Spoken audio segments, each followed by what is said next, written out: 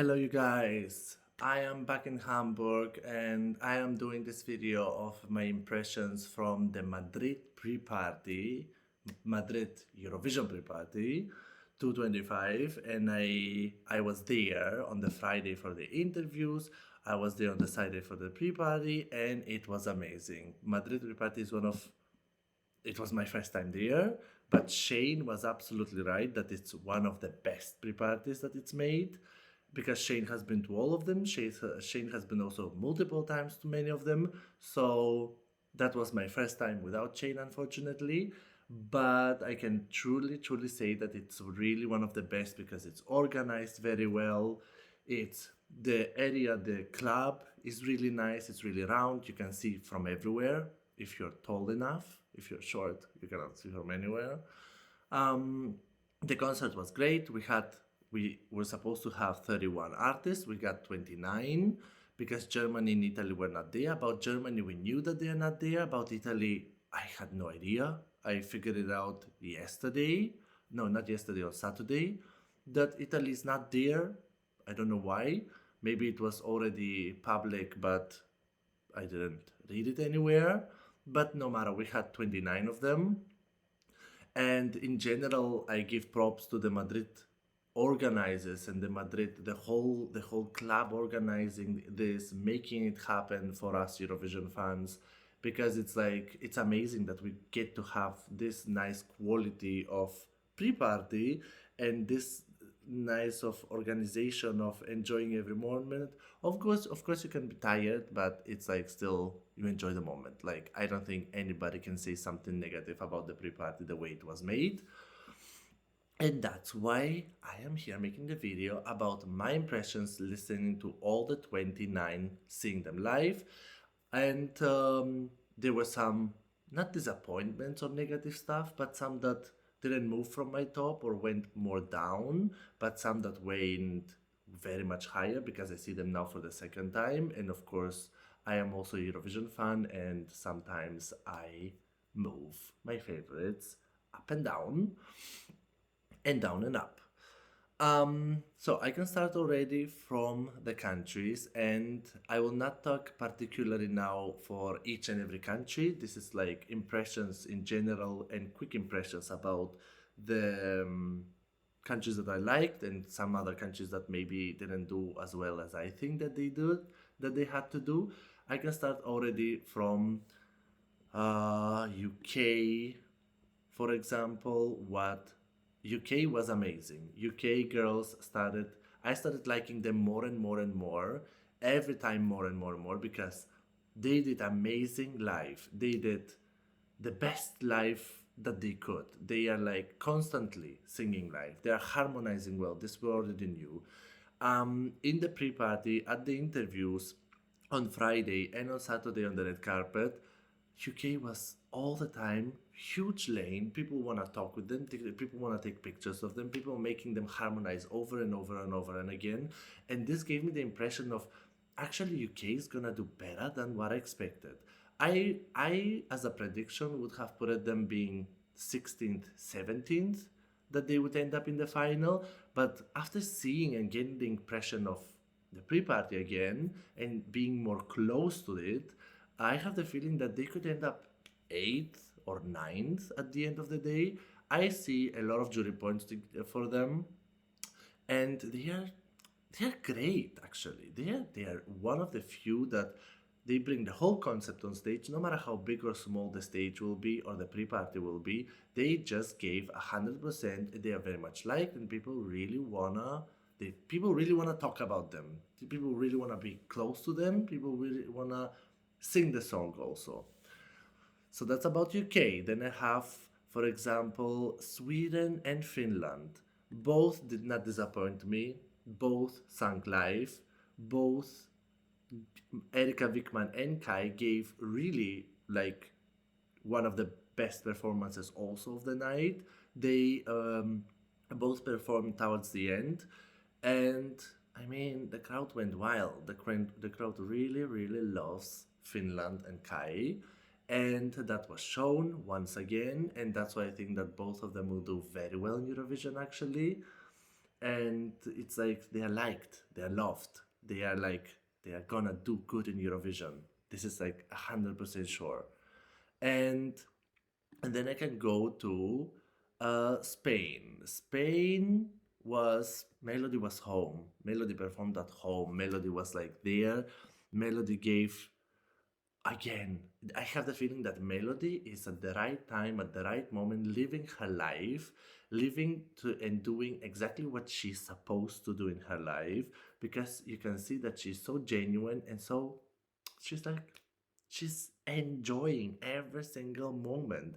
She sings every single moment that she gets to sing the chorus of the song, she will do it. And I don't know why still people would doubt that Spain would do better than previous years in Eurovision, because I have the feeling that they will do better than previous years in Eurovision, a lot better than previous years of Eurovision actually, because the song is a banger. No matter how you see it, the song is a banger. The song will not be forgotten at the Eurovision. And because Melody is the singer of the song, this song could be sung by anyone else. It could be written for someone else. But because Melody is also the singer of the song, it gives also another flavor of the song. And I have the feeling that Melody also as an artist will be also liked by the casual viewers. And that's why I think that Spain at any case will do better than previous years. And then I have Miriana Conte in Malta, which she didn't sing unfortunately live. I think it was the whole performance of her and Norway. It was not live. It was the audio. I don't know why, because this was a kinda a small disappointment for me, because I have the feeling that, you know what, at the end of the day, once you become a big artist, a big artist, and you go to perform on a whole tour, you will be like also again like you have to sing. You have to sing 15 songs at one night, and maybe they were sick. Nobody knows. Like I didn't hear anything, but if they were sick and that's the reason why they said they didn't sing live, it makes fully sense. Then, but still, Miriana Brank party. It was like the way she started and being dressed as a torito, I think, or burrito, or how is this called? Paella? I don't know, but it was, this Spanish thing, the Spanish outfit that she was, it was already iconic. The crowd went wild. After that, at the end, when the yoga balls came on the stage, and it was Kai, the group from Sweden, the crowd went again very wild with it, and people love to see Miriana bringing every time something new. But that was the last pre-party, so that was the last big reveal before the actual Eurovision, and it's great. Miriana is bringing the party. I wish that she would do the best possible in Eurovision that she can. I don't know why, as I said, Norway and Miriana, maybe they were sick, maybe they were not, maybe something didn't work with the technical parts, but they didn't sing live. That's for sure. Another person that did very amazingly live, but amazing, and I saw the song for the first time live, was Switzerland with Zoe May Voyage. She did one of the best performances, and when I say one of the best performances, I mean the way she sang. It took me 1 minute to decide, like, actually, is this live or is this audio? Because this sounds already too good. And with the Chris, Paco, Carlos, everybody that we were in one company, we talked about it, and it was live, because at some moments you could hear that it's actually live, which is like, this Zoe May has great vocal abilities, one of the greatest vocal abilities, because that sounded like the audio. It was really good live. So a lot of jury points are coming towards Switzerland, I think, at the end of the day, because it was the first time that I saw it live. And now this impression that I have is that probably she's gonna do way better than what people expect. In the jury points, not in the public. San Marino, on the other hand, is one country, Gabri Ponte with Tutta Italia, is one country that now, seeing how the crowd reacts to it, seeing it live, seeing how the whole impression of the song and from Gabri Ponte is that it's 100% a qualifier. San Marino is gonna be once again in after some years not being in the final. They're gonna qualify. Gabri Ponte and the song are very much liked, a lot of people are having this song in one of their top five. So I have the feeling that San Marino is gonna do, it's gonna for sure qualify first of all, and second of all, San Marino is gonna get public votes 100%. Italy either way, but also from other countries. Jury points, I don't see many jury points coming, but public votes are gonna be there. And I also predicted it to be in the top 15 of Eurovision final. Another country that did pretty good was Poland with Justina Gaia. She was one of the sweetest person also in the interviews. She tried exactly like the UK girls. She tried to go everywhere to talk to everyone as long as possible it's happening. She speaks English. I didn't know that. I didn't know that Justina is having the ability of speaking so good English that she can do an interview and a long talk. And she went everywhere she can. She went to talk to everybody that she could. She was really good. And she's like Melody, one of the few artists that brought the whole concept on the stage. She had her dancers with her. She did like the whole concept, no matter how small the stage will be. I have the feeling that Justina is bringing the whole concept there and she performs about it with it. And she did pretty well. I mean, we know that she can sing live, and the song was liked. People, also Polish people, were there inside with their flags. They were very proud of it, which is great to see. And she did really, really well. And then talking about this, like I go to Luxembourg, also Luxembourg and Latvia. Those two countries, for me personally, are just the ones who deserve to qualify. First, about qualification talking, I have the feeling that both of them have to qualify. Both of them fully enjoy the pre-parties. Both of them didn't get bored. The girls from Latvia, in the interviews, they didn't get bored. They didn't seem bored. Laura Thorne, that I also did interview with, and I have put it in my channel, you could see. She even said in the interview, she's like, this is the moment for her. She's enjoying every single moment of it. She's like, she talked about the revamp, how she decided to do the revamp, her and her team of the song to make it a bit more Eurovision-y and a bit more upbeat so it can have an actual beat. She's really good life. This we already know. She did the best that she could, and I have the feeling that she has. There are like few fans of the song, but they are like really good fans. This kind of fans that they will vote for Luxembourg to qualify. So I kind of predict that Luxembourg will qualify, but I have no idea about Latvia. About Latvia is the one country that I cannot tell if it will qualify, although it deserves because it's like very unique. It stands out from all the other songs of Eurovision, but I like it, but I cannot predict if it will qualify. Actually, like this is like Montenegro for me. Nina, Dobrodošli, the song I love.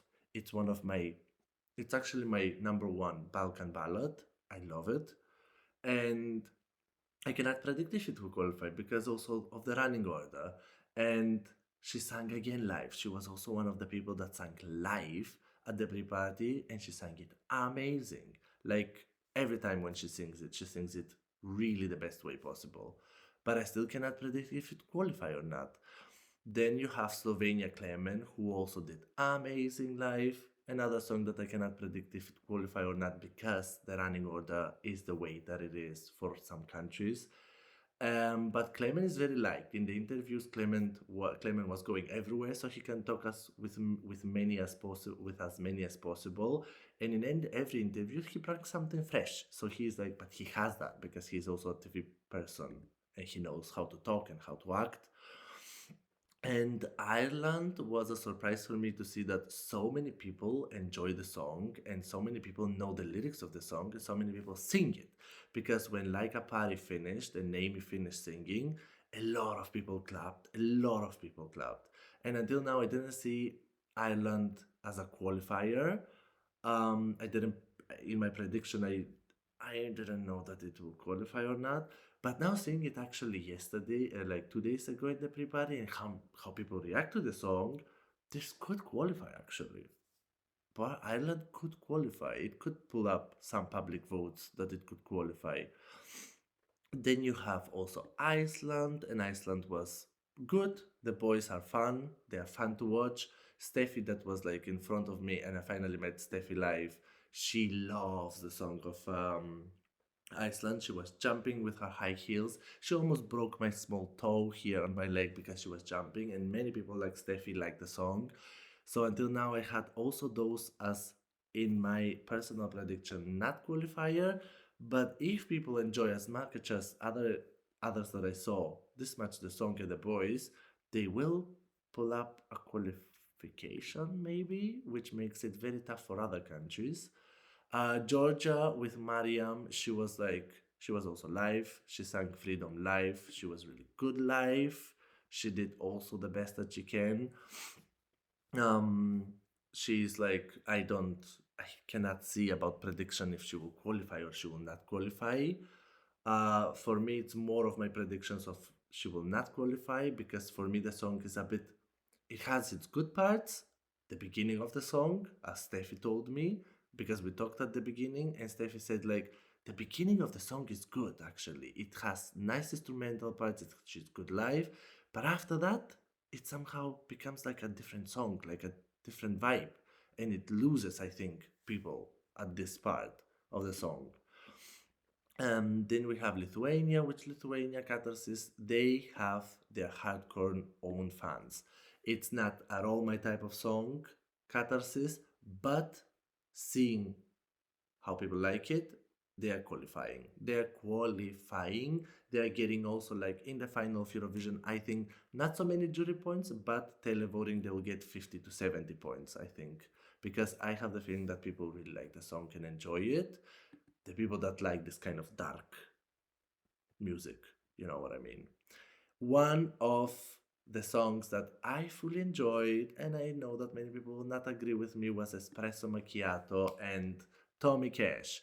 Tommy Cash did amazing live. I think it was one of the few times that he has sung live, one of the few times that I have seen it live actually. He sang amazing. He sounded amazing. Um, People love the song. This was the second time that I see it live, exactly like in Amsterdam. People know the lyrics, people have fun with it. Edu, the husband of Steffi, who was in front of us, he enjoys it. He heard it for the first time. He's one of those people that is not a Eurovision fan, but he was there. He heard it for the first time yesterday, 2 days ago at the pre-party. He loves it. And exactly this is what I think that Estonia will pull out this year. Estonia will be like from the casual viewers so much because it's like one time listen and you're sold to the song and people will vote for it. And I have to give it props because Tommy Cash did amazing live. He sang really good live. It was really good. And then we have Denmark, Sisal. Sisal sang twice the song, twice live. She said at some point, like, she had to sing it twice because there was an incident somewhere on the crowd. And then they told her, like, you have to sing it again. Both of the times she sang it live. Both of the times it was really good. She said, like, I need water because my voice would be lost. Come on, girl. The voice will not be lost if you sing 6 minutes instead of three. Because later, if you have an album, you have to sing 10 songs at once and you have to make it happen. So, don't complain, sing the song because the crowd loved the song. People know the lyrics of the song from Denmark. I start thinking that this is one of the short qualifiers also from this national final from the semi-final. Sisal will qualify because it seems that people really enjoy seeing her, listening to her, and the song. And this is nice. And Czechia. I know that Czechia is one of the songs that it's like I talked in Amsterdam that it was one of the songs that I fully enjoyed. It went on and on and on in my ranking. And I can say it again, he is also one of those artists, one of the 4 or 5 from the Madrid pre-party that brought the whole concept. He had his dancers. Vocally, I start thinking that he is one of my top 3 vocals of this year's Eurovision. I like the color of his voice. I like that he's always singing live. And I like him as a person because I got to meet him and he did amazing. He's I wish him to be top 5. I wish him to finish in Eurovision top 5 because he deserves it. And seeing that dance break, come on, the dance break is amazing. He did really, really, really, really, really, really good. Then we have Albania Skodra Elektroniki, one of the crowd pleasers. Albania is one of the crowd pleasers. I think that without Albania, no Eurovision pre-party would be as much as enjoyable as if Albania was not there. People want Albania. Eurovision fans want to listen Albania over and over again. Everybody did the voguing, the Albanian Vogue parts.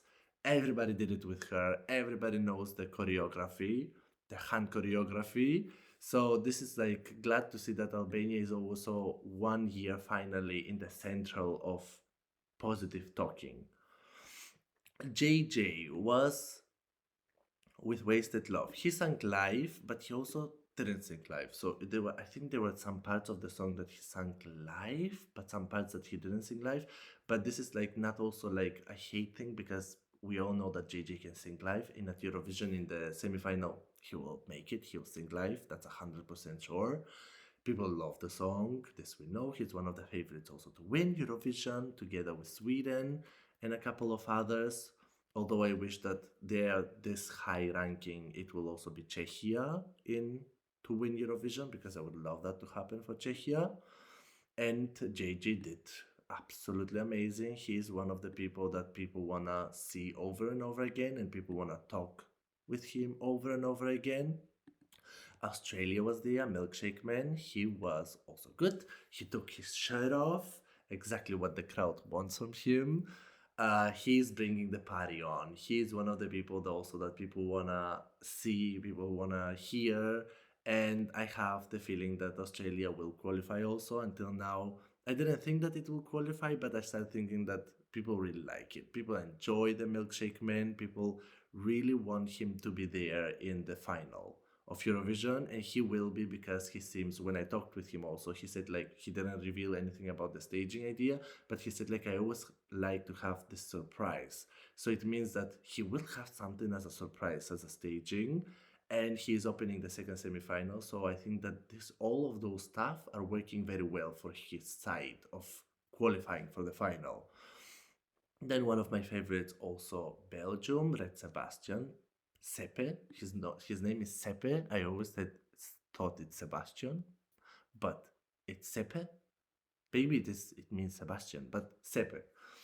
Um, Vocally amazing. He sang the song live. He always sings live. He never disappoints the crowd. He never puts audio to be sung instead of him. He enjoys it. He's one of the down to earth people that you can have coffee with and just talk for hours. He's sweet, he's likable, he has amazing vocal range, and the song is a banger. So I think Belgium is in it. And if Belgium doesn't qualify, I will cry for days. I'm pretty sure about that. Armenia Park, he also sang live.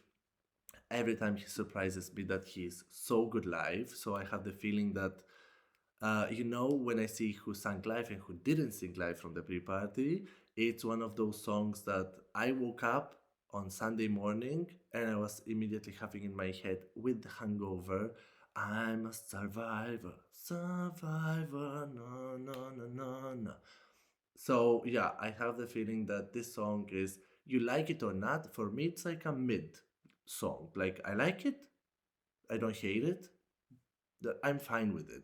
But it's one of the songs that stayed in my head and I sang it the most after that. So I think for casual viewers it could be great. And also Ukraine. Ukraine does always good. Ukraine, I didn't talk about it in Amsterdam. Ukraine was really, really, really strong in Amsterdam and yesterday, but they didn't have those very high pitched parts of the chorus. They were not live, they were audio, but I think that this has to do with because it's in a club song, and in Amsterdam it's really a concert thing. So the technical issues could be there. That's why, but I don't doubt that Ukraine will qualify, and I don't doubt that Ukraine that they can sing the song live. They did amazing job live. And I have the feeling that this is the underwater favorite, like 100% qualifier for the final because it's also a different song. It's different from, it stands out from the other songs. Then we have another song, which is Portugal. Portugal was really good live. Spanish people really support the Napa, because when they finished singing, everybody was screaming like Portugal, and I have the feeling that this they did because they kind of feel sorry. I think for them. I don't know if it's like that, but it felt like this. It gave me this vibe. I don't know if it will qualify. This could be a surprise qualifier, but as a prediction, I don't think it will qualify. I don't think Portugal can make it to qualify, but you never know what happens because the song has its fans. I mean, on Spotify, it is streamed a lot. It is one of the most streamed songs, also. It gets per day many thousands of streamings. I don't think it's only Portuguese people. Big part could be Portuguese people. Serbia, he is serving every time good live vocals. He's good live. He can make it. Because the more I see him, but at the end of the day, it will not be both Serbia and Montenegro. It will be one of them. So I don't. Maybe also none of them actually to qualify. But I wish that one Balkan ballad we will have in the final of Eurovision. So if you ask me, is it Mila or is it Montenegro? I do like Dobrodošli more. It's in my personal taste a bit more near. But if Mila with Prince qualifies, I would not be surprised because it's also I see that it's also liked. And so yeah, he can pull out a qualification, I guess. Another song and last one, I guess, it's Croatia with Marco Bosniak with Poison Cake. Poison Cake is good audio. When he performs it live, it's good enough, but something is missing. This is my perspective. But he's giving it all. He was alone performing it, like in Amsterdam, but he's giving everything from himself. He's like really trying. He has always a different outfit. He has always different kind of styling so he can bring the most out of the song. But Croatia has a really good running order, but I still don't know will it qualify or not. I'm still having a question mark on it. So that's about the songs. And as I said, one of my favorites have been um, Estonia, Czechia, Finland, Sweden, Luxembourg, Laura Thorne, amazing. Many did very well. Many did very well. Some didn't sing live, so I cannot judge them. I can judge some just the performance as fun because Norway and Malta didn't sing live, but they are a crowd pleaser. People really love them to be there and to listen to the songs. Even when the song plays as an audio, people still dance to it and sing along with it. So yeah, that's my review about Madrid. You can tell me in the comments if you have seen the videos or the performances, what you think of the performances, and if some of the countries moved to your top. Did they went down? Did they went up? Because for me, 100% right now, Luxembourg and Czechia are going with every time seeing them live, are going higher and higher in my favorites. And yeah, I mean, at the end of the day, my top 15 in 1 or 2 weeks, I'll have it fully done before Eurovision. I will know who I like the most and who I don't like. Bye, and you can tell me in the comments what you think.